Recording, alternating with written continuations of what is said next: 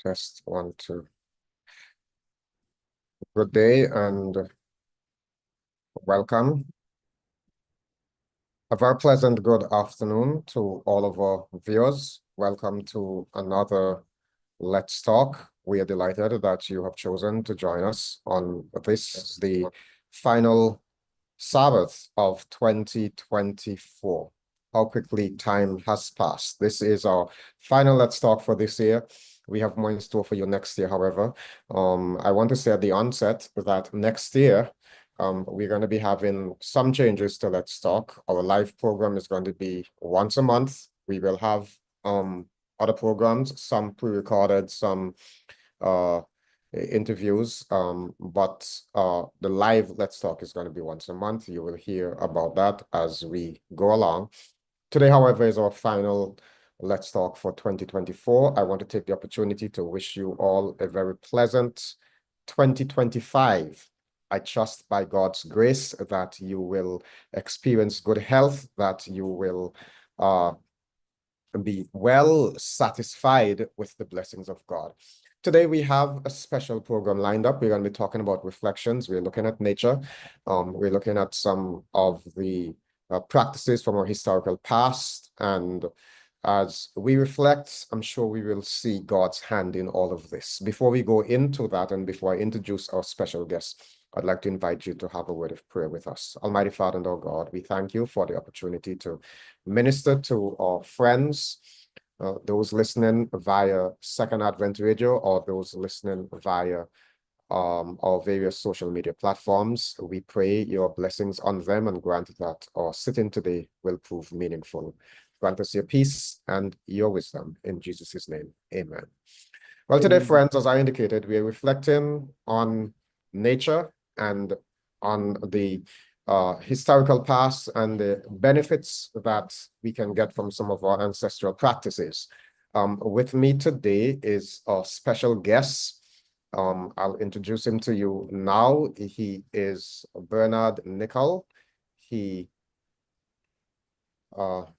is, I should say, a lover of nature.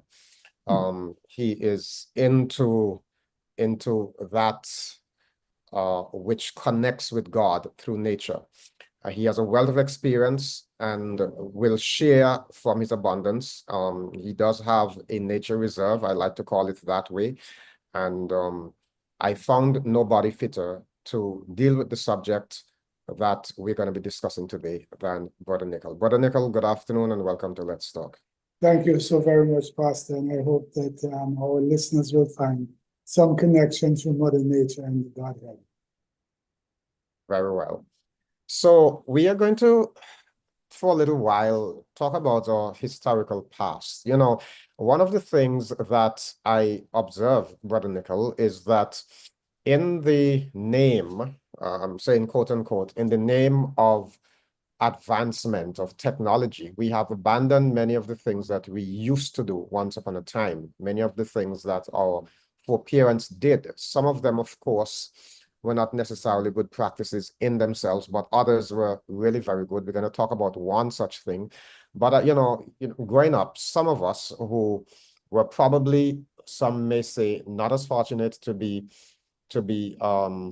rich when we were younger, are familiar with what in Antigua we used to call the fireside, where you had to cook with 3 stones and you put the wood under it, where we had to use a flambeau, which is kerosene oil in a bottle with a cloth wig stuck in it to light the place at night, you know, those kinds of things. But there was one other thing that was practice of the poorer people in our environs when I was a child growing up, and maybe even maybe a little before my time, so that folks don't think that I'm that old.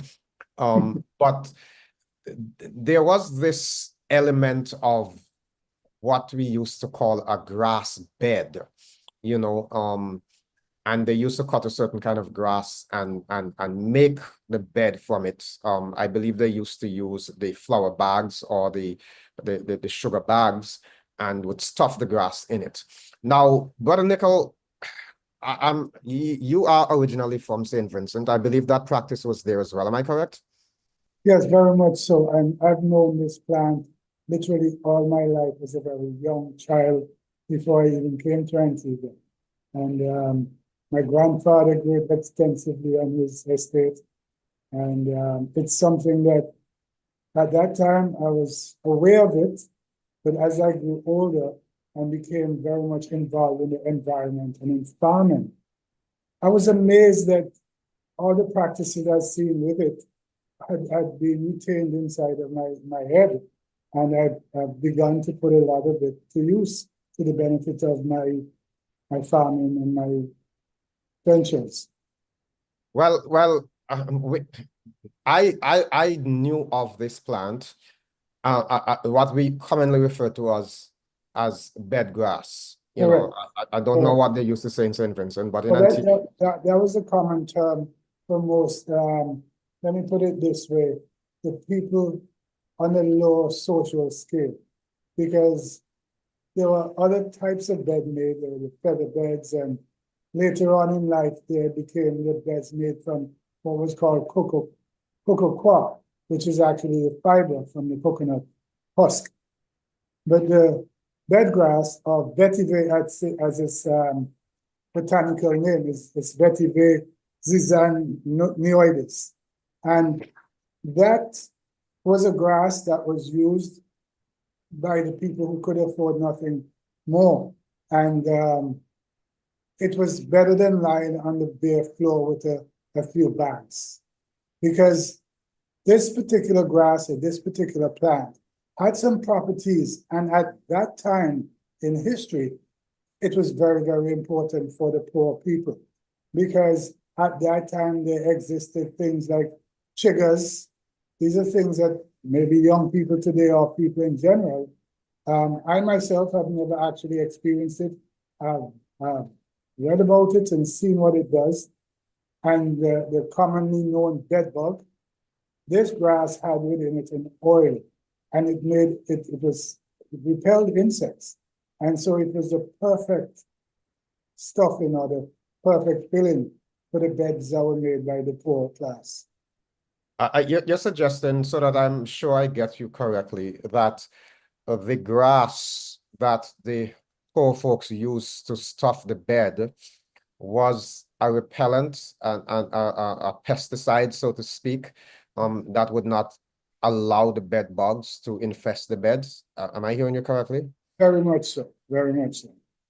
Very much so. And I must add that, I mean, God has provided everything that we've ever needed. And he asked us for one thing. In Genesis, he asked that we would care and dress the earth. And I dare say we haven't exactly done a very good job of that. Greed and sin has caused man, and the quest for power and domination has changed mankind so immensely that we have moved away from the spiritual connection of our Mother Earth and the directions and the guidance of our Father, our Lord and Savior Jesus Christ. So today everyone wants to use modern day pharmaceuticals, but we must remember that the very first medicinal products in the pharmacies were made from plant-based and plants in general. So it's interesting. Here I'm seeing the wisdom of our foreparents, because Indeed.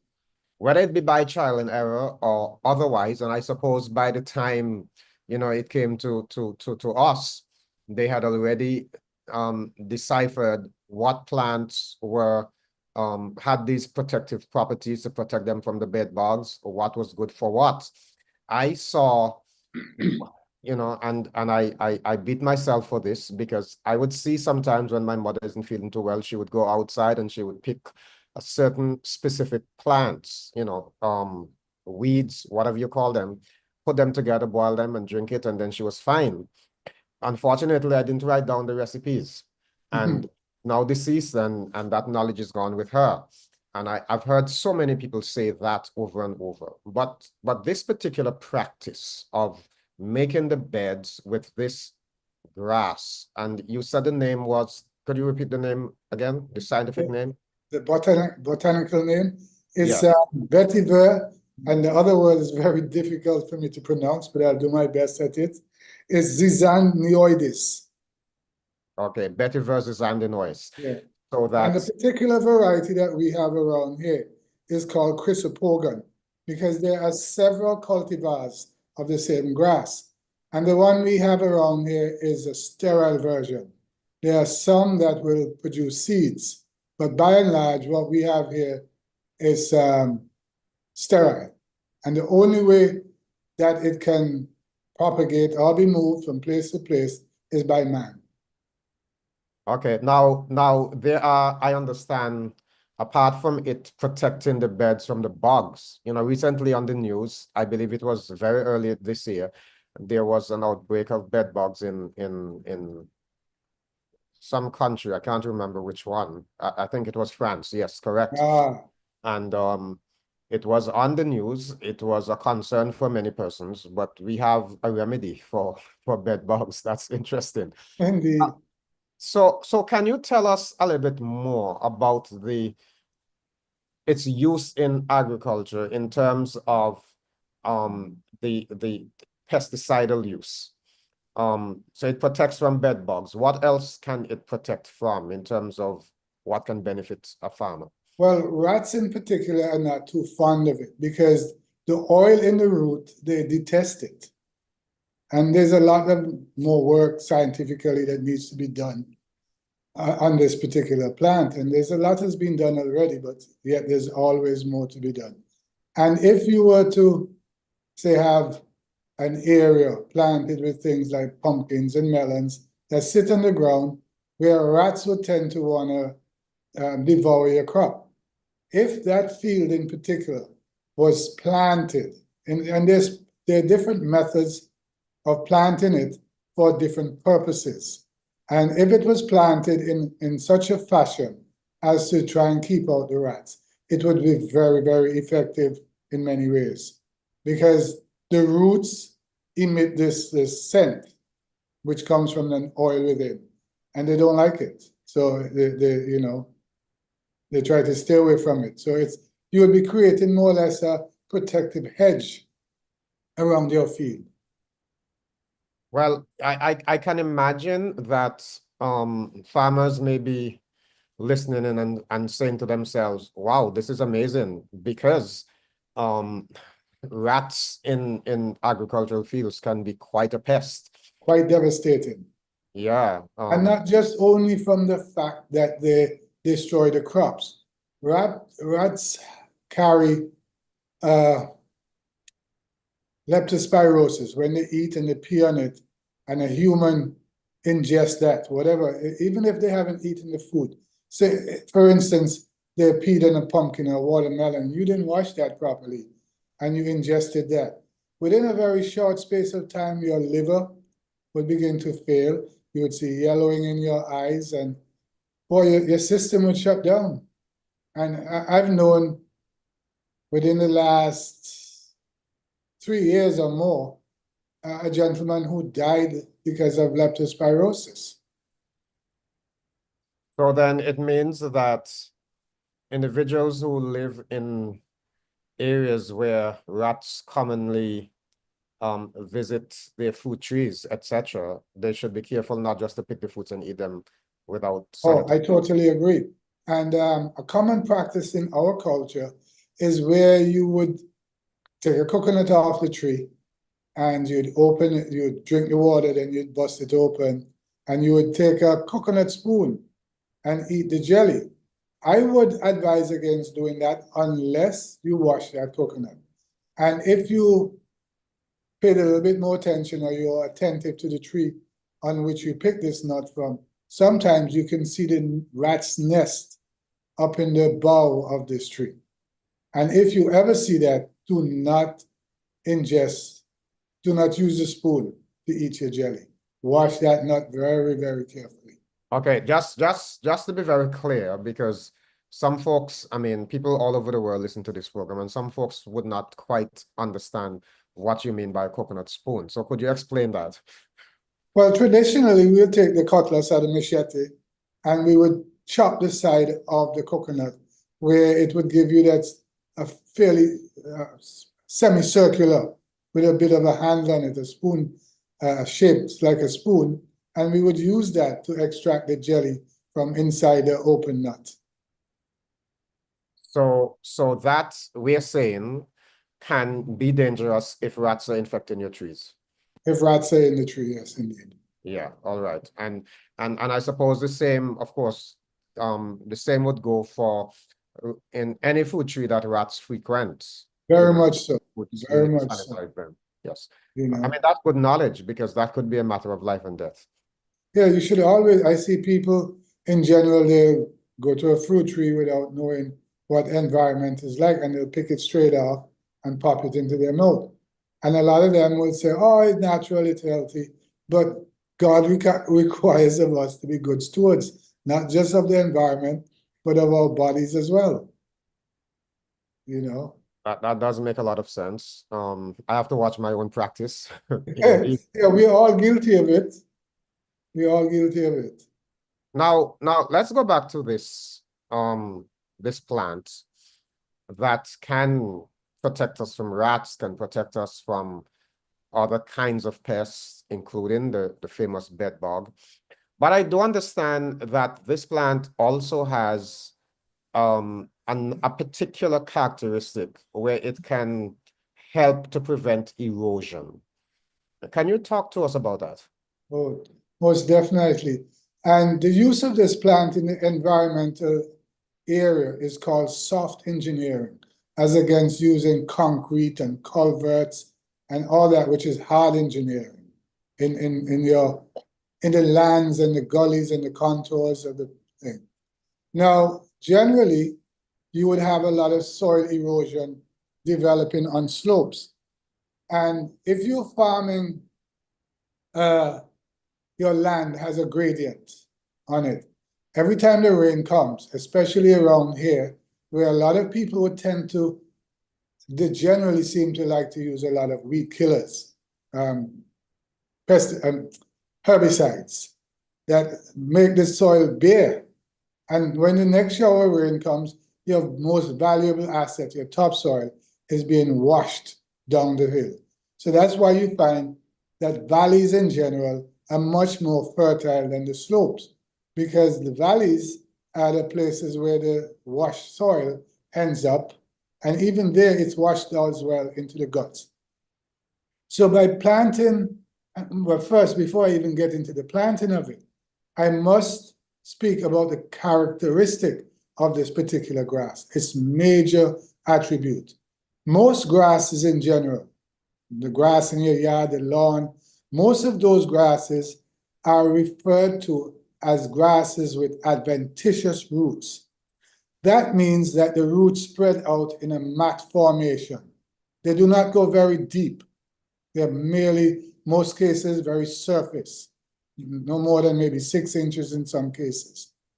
The vetiver, with its unique characteristic, is probably the only grass that I know of, I'm sure there might be others, that has a root system that grows vertical. It grows straight down without any side winding, any sideways move.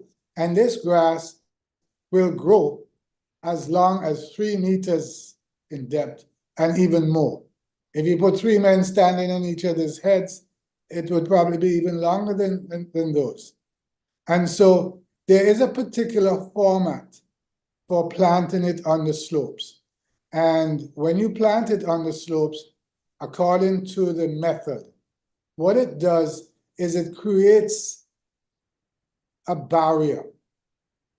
And again, here comes another of its unique potentials, in that most grasses, for instance, like the Guinea grass, if the Guinea grass is faced with an inundation of heavy mud and silt washing down the slope, and it gets covered, a lot of times it will die.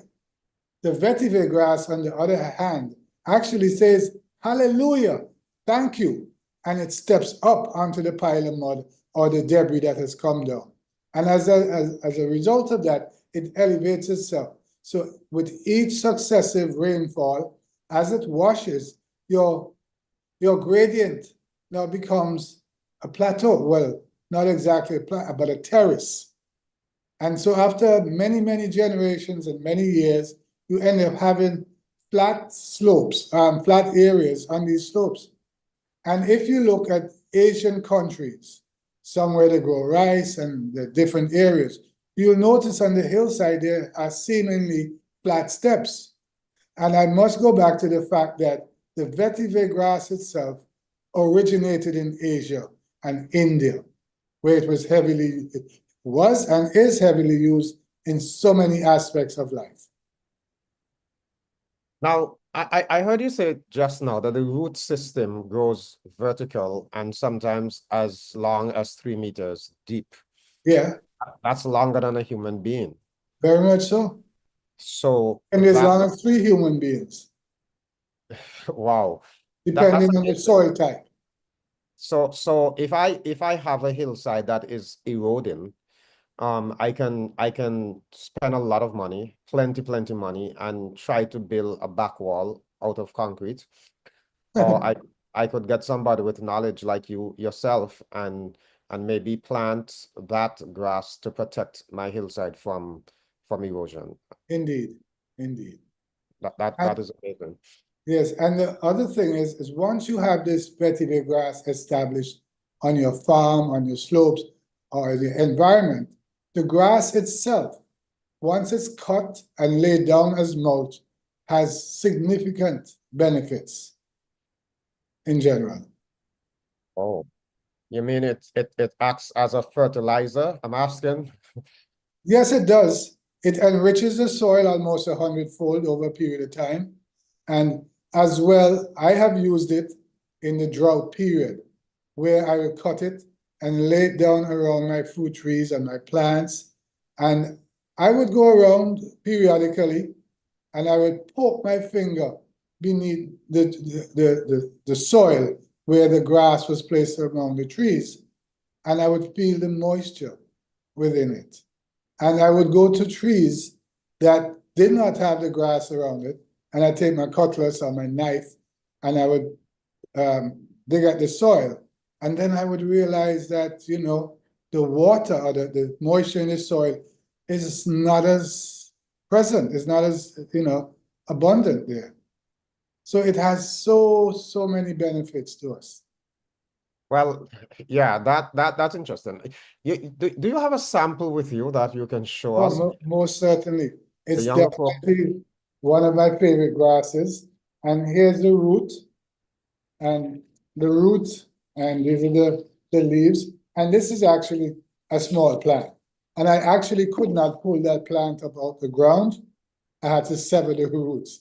It would kill Oh, me. so that's why the roots is not as plentiful as you indicated it can grow. Oh yeah, because imagine how deep that root was for me to extract it from the earth. I need a backhoe. Wow, And that's the interesting. oil exists in this root. I see you smelling the root there. Yeah, Is that some kind of aromatherapy? it is. It is actually very calming. At one point, I would walk with an inhaler in my pocket. So when the drivers cut me off in traffic and I started to get anxious and worked up, I take a sniff of my inhaler, it would calm me down. That's interesting. I read somewhere that it's also used in the manufacture of perfumes. Very much so. And until recently, before Haiti had all of its woes that it does today, Haiti was one of the largest producers of vetiver oil. Amazing. Okay, now interesting. Can And you show us the plant again, please? And our parents used to take that and among other things, because I do understand that they do plait baskets and hats and those kinds of things, but they used to take that to stuff the the bed. beds. But Yeah. now that you mention about the platinum, in my research, let me call it this, I'm not a scientist per se, but whatever I delve into is all of me. And there's a lady in Liberta who I had, she's an older lady, and I enjoy speaking to older folk. I guess people who look at me today and consider me one of the older folk now. But this lady, and there's a particular type of plat, and I was taught the plat by my grandmother, but you know, you don't practice it and you lose it, where they would use about 4 to 6 pieces of grass and they would plait it so that it became a flat tape, like a tape. And this lady in Liberta, when I was speaking to her, and I mean, I really enjoyed speaking to her because she was a wealth of knowledge about this particular grass.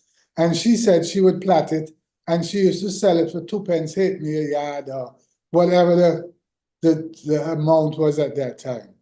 And the particular plait or braid is such that when one piece gets short, they stick another piece into the braid and it continues. And she said to me, Mr. Nichols, I can plait this grass from here to town. Like Wow. one long tape.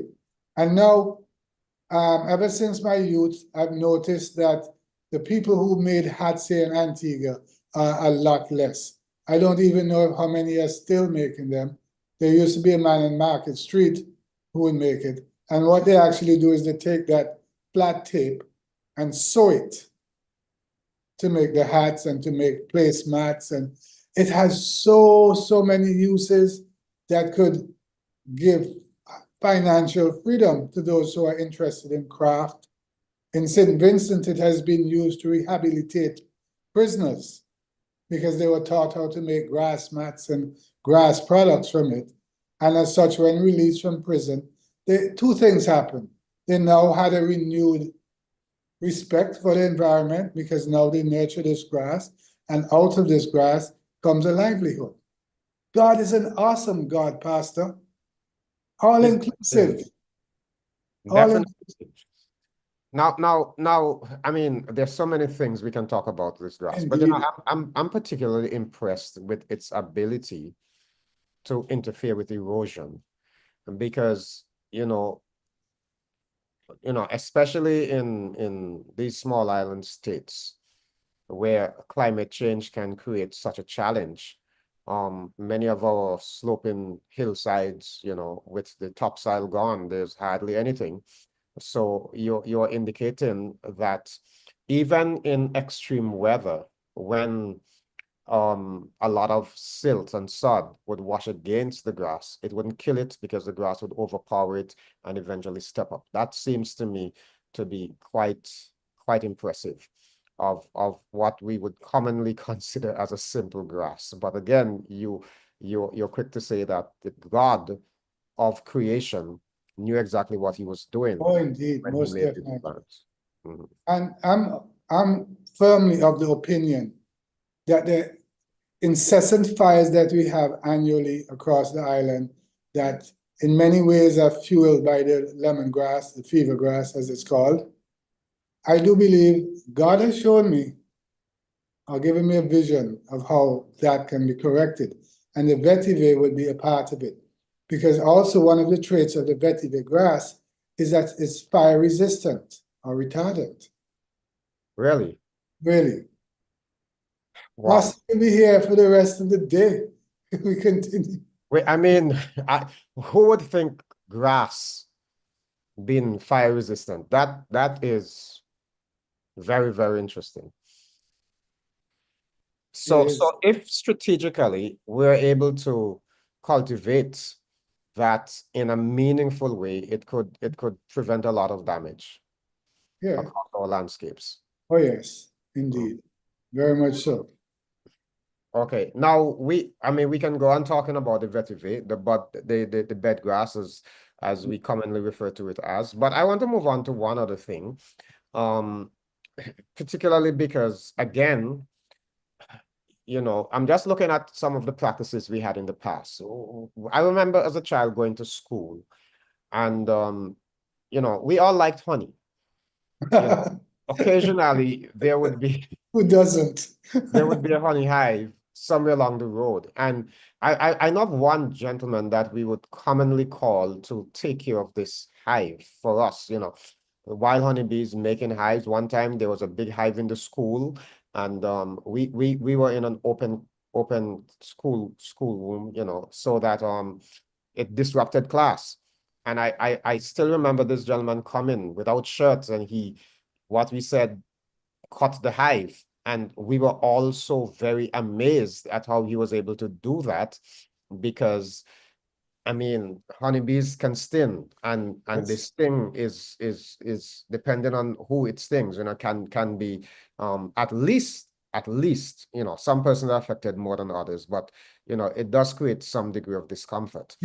I have heard that the honeybees are very useful in spite of the deadly sting that it has, that they're very, very useful, and that they aid in agriculture to a significant extent. I understand that if you have no honeybees, you're going to have a bad yield. So I know also that in addition to your love of nature and the vetiver and all the other kinds of things that you do, that you're also very passionate about honeybees. So let's switch the conversation Okay, to honeybees for a little bit, maybe for the rest of the time that we have this afternoon. okay. No worries. And so I want you to tell me, as a beginning, um, is my theory correct that honeybees are very, very useful? Oh, yes, Pastor, very much so. And once again, I'll take you back to the Bible, like I said in Genesis. And these are passages that govern my life and govern my very being, and because God made us stewards of the earth, where we are to care and dress the earth. And the second one, that is a very powerful one for me, is that God gave us dominion over all things, all creatures, all things. And I have to tell you, my heart aches because I try to imagine what it must have been in Eden, where Adam was so blessed that, he named them all and he could, and for me, being a beekeeper, a lover of bees, has been a lifelong thing. I've been doing it since I was a child, and I never even knew where I learned it. I was later told by some of my aunts that my grandfather did it without anything, and he would just use a pipe while he did it. And I went and had some formal training in it. But I'd like to refer to the bees here as the keys to humanity. God, people talk about intelligent design and evolution, but Pastor, I tell you, there is a God above, and he created everything, and it is so complete. Because bees, when I say the keys to humanity, without bees, if bees were to die tomorrow or to become extinct, we are the next in line to go that way. 90 or 85, at least 85% of the foods that man consumes are pollinated. There are many types of pollinators, but by and large, the honeybee is the most aggressive and the most, mankind can use it, particularly to target what he wants done. In big agricultural industries, say in Florida, with its orange crop, or in California with the almond crop, or even in Brazil, closer home, where they have the citrus crop. None of that, or the volume of the mass production of that, would not be possible at all without the work of the honeybees. And each bee produces a minuscule amount of honey, but its value in terms of what it produces as honey is overshadowed by the very value that it has in our food production as for humans. But I think we view honeybees as being responsible for honey, but a lot of people don't take time to consider that point that you just made, that the honey itself is minuscule in value to the other contributions of the bees in terms of the whole matter of them being pollinators. And without pollination, then we're not going to get any fruits. We're not going to get the kinds of yields that we generally do get. I think the challenge for some persons is, you know, if this thing is so dangerous in terms of its sting, how can it be so beneficial? Well, first I must say that God in his wisdom made that tiny little creature able to defend itself as against a big old man, you know, because and to be the other thing too is that the honey is the food for the bees. It's not for the mankind, but man has used it. And again, sin and greed comes into just about so many things in our human nature. There are beekeepers out there who will strip every ounce of honey from a beehive and turn around and feed those bees sugar syrup, which is less nutritious. These are things that pain my heart, really. It's all about self and all about greed. And apart from the agricultural benefits of honeybees, the very environment itself, the, the biodiversity of the earth, the flowers that you see, the trees, the trees that produce timber, everything, it's so very dependent on that little tiny creature that God created. So that the honeybee, you're saying, with respect to the sting, it's a self-protecting mechanism that is designed to ensure that it is not wiped out. So it really is a benefit to us that the honeybee stings. Am I Well, hearing? well, I would tell you as well. At one point, I had a problem in a shoulder. I don't know, rip the shoulder or whatever. And I'm not asking anyone to even try these things, but I would go on a regular basis and I would take a few bees and I put them onto my shoulder and agitate them and they would sting me. And I would leave it there so that the venom sac would continue pumping the venom into my shoulder. Well, lo and behold, the Cuban government has used bee venom medicinally. They have created products from it. So even in that, it's beneficial to us. I remember years ago, a doctor on the island called me up and questioned me about had I ever used bee venom for for healing. And I asked him what was his objective. And he told me that there was a lady who suffered from multiple sclerosis. And she had not had a vacation for many years, but she wanted to come to Antigua. I think maybe she had family here, so it made it easier, but she was concerned about getting the treatment. And I assured him that without a doubt, I could supply it for him. So there is the evidence that bee venom itself is used for stuff like So I'm glad you told the folks not to try this at home. that. Right. And there are some people who have looked at me working the bees and without a shirt at times.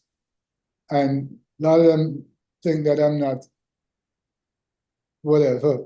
But what it is, you have to align yourself with God and to understand that the bee is not interested in knowing anything about you.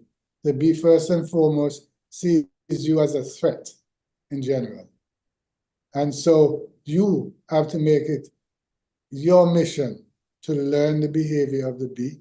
You cannot approach a beehive wearing your fancy Gucci cologne. It brings about a bit of humility in many of us. You can't be wearing fancy odors and a lot of things. You can't be wearing certain garments. Your bee suit ought to be made out of like cotton. You can't have any woolly garment. Bees are extremely intelligent and sensitive to much more. I wanted to ask you about the garment types. You know, you're mentioning cotton versus wool, and and I suppose you may want to say synthetic material. How Correct. does bee recognize the difference, and what is the reason for it behaving a certain way around certain garments? Well, I do believe, I mean, I have no scientific proof on this, but I do believe there are certain garments and certain synthetic products that create static electricity. And bees are very, very sensitive to all of that.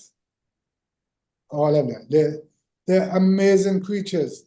They find their way back to their hives by GPS, more or less. You know, it's So we're saying that one of the primary benefits of having bees is to help with our production of fruits. a food, Uh, yes, in general. be, because it does that very important responsibility of pollinating our plants. Yes. Now, can you just talk about that a little bit? So if I have, let's say, some fruit trees in my yard and I don't have any bees, I'm not getting a good yield. Not at I'm all. No, I'm not getting a good yield. But if I'm I mean, what do I do therefore? Pray and ask the Lord to send And some bees in my yard. or you can speak to a beekeeper and ask him to place a hive in the corner of your garden, you know, or you yourself can become interested in bees and learn as much as you can about bees. And there are many, many bee products out there.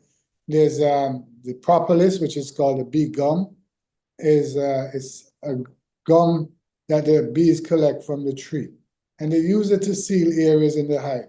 And you can take that propolis or bee gum, as some people call it, and make a tincture out of it as antibiotic. And you know, you see in health food stores what they say is royal jelly, but when I look at it, I wonder what about it is royal jelly, because as long as I've been keeping bees, I've been eating royal jelly. And I just use my fingernail or whatever and take it out of the queen cell and eat it. And it's amazing. It's sweet, it's tangy, it's sour, it's peppery. It's an amazing substance. And man has attributed longevity to the royal jelly because the average bee would live 6 to 8 weeks. But the queen, who eats only royal jelly, she's fed royal jelly, lives from 2 to 5 years. Her most productive years are between 2 and 3 years. And she can live up to 5 years if she's on challenge or on requeened, you know. So God is an amazing God, Pastor. God is amazing. He certainly is. But I want to just revisit something you mentioned there. So this royal jelly, some persons are hearing about this term for the first time. This royal jelly is produced in the beehive Yes, it is. and is reserved for the the queen. Yes, it is. Okay, and so we believe that that is one of the differences between the lifespan of the queen versus the other bees in the colony. Indeed, it is. Yes. Okay, that's very interesting. Mm. How do we live in harmony with, I mean, this is a marvelous creation. I read and I've seen some documentary about a particular um set of bees that worked 6 days a week but didn't work on the Sabbath. I don't know if you ever heard about that, but they call themselves the Sabbath keeping bees. It's a very interesting documentary. It was just pure observation that this gentleman noticed that the bees were pretty active 6 days a week, and on the seventh day, they just stayed in their nest and rest. Okay. But how do we live in harmony? That's my question with these bees. For example, earlier I asked you, if I have fruit trees in my yard and they're not productive, maybe it's because I have no bees. And your response was, I can talk to a beekeeper and have him place a beehive in a corner of my garden. The question for me or for other persons listening may be, well, when I get stung by these bees, how do we live in harmony? I need them to pollinate my plants effectively, but at the same time, I'm afraid of them. So how do I manage that? Wow. Well, you see, bees will not go after you unless they feel threatened. And if you position a beehive where the entrance or the flight path of the bees is not in a position where people intrude into it or people cross it. Exactly when you're working on your beehives, you should never stand in front of the entrance because they're coming in, they'll bump into you, they'll be annoyed, and they'll see you as a threat. But the other thing too is to learn to acquire a certain level of calm and confidence where you have to tell yourself, they're not going to do me anything. They're not going to hurt me as long as I kill one of them. And that can be a big mistake because if you kill a bee, he lets off a pheromone that alerts all other bees what's going on. And they will target that spot because that bee that you killed on your body or wherever you did it has left a marker like a bullseye right there for you. Oh, so if I kill a bee on my body, I become a target because I have the scent on me. Yes. Oh, interesting. I didn't know that before. So that's useful. That's very useful. Brother Nichol, our time is going, and I have two questions. I'm gonna ask you, you have repeated yourself several times that you don't consider yourself to be a scientist of the order of scholarship level, but these are important questions. Well, the first question that a listener from Tobago is asking is if you can repeat the name and the spelling of the grass. Earlier, we were talking about the grass commonly used by all for parents in the production of beds, the vetiver. So they wanted the name and the spelling. It is VETIVER. Etiveria. That's I'm giving you the botanical term, not the everyday term. Okay. Okay, vetiver. Yeah. Mm. And the second word is ZIZANIOIDES. Okay, there you have it. Just repeat it one more time for our listener from Tobago. The spelling? Yes, both words. VETIVERIA and ZIZANIOIDES. Okay, so there you have it. Now we have a second question. And the person wants to know whether let's see what this says. Is honey good for someone who has asthma?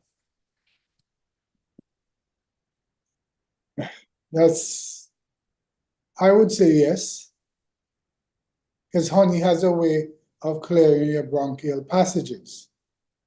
And there are different types of honey and different juices. There's a honey that's produced from a stingless bee in Trinidad, and it is said to cure glaucoma.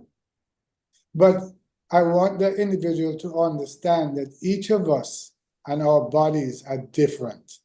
And so we have to become very aware of what we put in, what we ingest, and what happens to us. How it may be good for me because of my system is different to yours, and my antibodies may be different. So it's something of a trial and error. And I would say yes, they could use the honey because one of the problems with asthmatics is that the bronchial passages get constricted or restricted. And from use, I have found that honey lessens that situation. Hence, why most people tend to want to use it when they have a cold, when they're stuffy. They generally take a teaspoon or tablespoon of honey. Okay, another question. Another question with respect to bees, and that is, do bees like specific flowers or blossoms? Oh, yes, they do, most certainly. And they're very specific. And the management of bees, they determine which crop is the best crop to harvest at this moment. And I would like to say to a lot of farmers, there's a plant in the Caribbean, it's native to the Americas. It is locally here in Antigua, it's called the logwood. But its correct name, its botanical name, is Hymatoxylin campechianum. And it is found all the way from Mexico in the Yucatan Peninsula right through the Caribbean. It's native to the Americas. And it produces one of the top 10 honeys in the world. I actually won an award producing that honey already. And the important thing is, if you are farming a plot of land next to the forest, and the forest has a heavy concentration of the logwood or campeche, as we call it, please do not plant melons or pumpkins that are dependent on bees for their pollination while the logwood is flowering, because they will not touch the pumpkin. They will determine that they're better producing the logwood honey, higher quality. The cucurbits, the cucumbers, the melons, the pumpkins, they offer actually very little sustenance to the bees. And quite often when you put bees on the cucurbits, you have to move them off after a period of time because the hives begin to weaken. And these have all been proven. I hope that answers the question. I mean, that more than answers. That's very useful. So it's not just enough to say I have bees, but if they have preference for certain um blossoms, then others may suffer in the process. Most definitely, most definitely, Okay. most So definitely. what I'm seeing here as we wrap up, because our time is gone, which is why I kind of restricted myself to only addressing two areas, because Thank you so much. yeah, it's just too much. But these are simple things to the average person. But what we're seeing, we took a plant, the vetiver, and then we took the honeybee.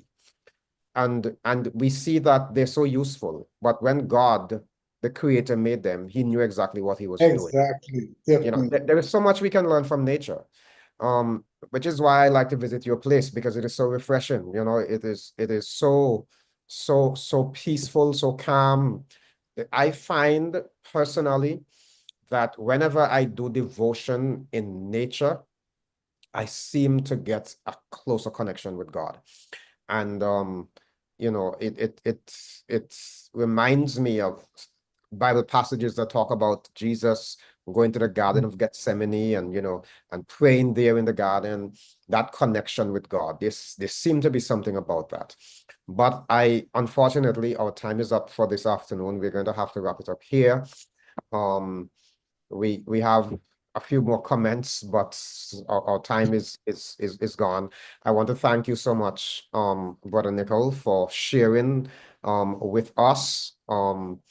It was very useful. I now understand that some of the problems with erosion that we have, we can solve them naturally as opposed to looking at more expensive alternatives. And I'll personally be calling on you to assist with some of these things. But thank you for the information shared. It was a joy. I see some comments in the chat saying wonderful program. God be praised for all of this. I'm gonna give you a minute just to wrap up, just to share any thought, and whether it be or the vetiver, any one of the two that we spoke about. Just your closing thoughts, something you want the listeners to go away with. Well, thank you for having me, Pastor, and I really appreciate the opportunity to share whatever knowledge I have, because as God has said, when you have your talents, you should not bury them. And selfishness and greed is what causes people to be that way. And I really do hope that in some way the program has touched people to the point where they want to be better stewards of this earth. We all know what the Bible says and what will happen to the earth. But while we wait, we are not to sit on our hands. We are to actively address problems in Mother Nature. And quite often, these are situations that mankind himself has created. Because rather than caring and dressing the earth as God requested of us, we have done quite opposite. We have raped Mother Earth and pillaged it, you know. So we really need to make amends as best as we all can in our cleanliness, in our environment. So many aspects, Pastor Greene, that it's all about stewardship. Certainly, certainly. And thank you so much. Again, I want to say to our viewers, next year we are going to be having some changes to Let's Talk. It's going to be once a month live. We will have some pre-recorded programs. We do have individuals who can make a contribution, but because of where they live in the world, it's been difficult to do a live program with them. Somebody in Papua New Guinea, I spoke to them the other day, and they said, listen, 3 o'clock on a Saturday afternoon in your time zone is 3 o'clock a.m. in my time zone. It'll be difficult for me to be up 3 o'clock in the night doing a live program with you.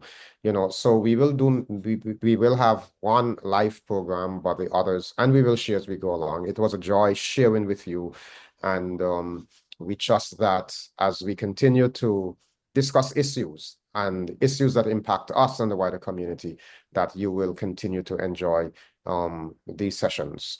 May God bless you, and thank you.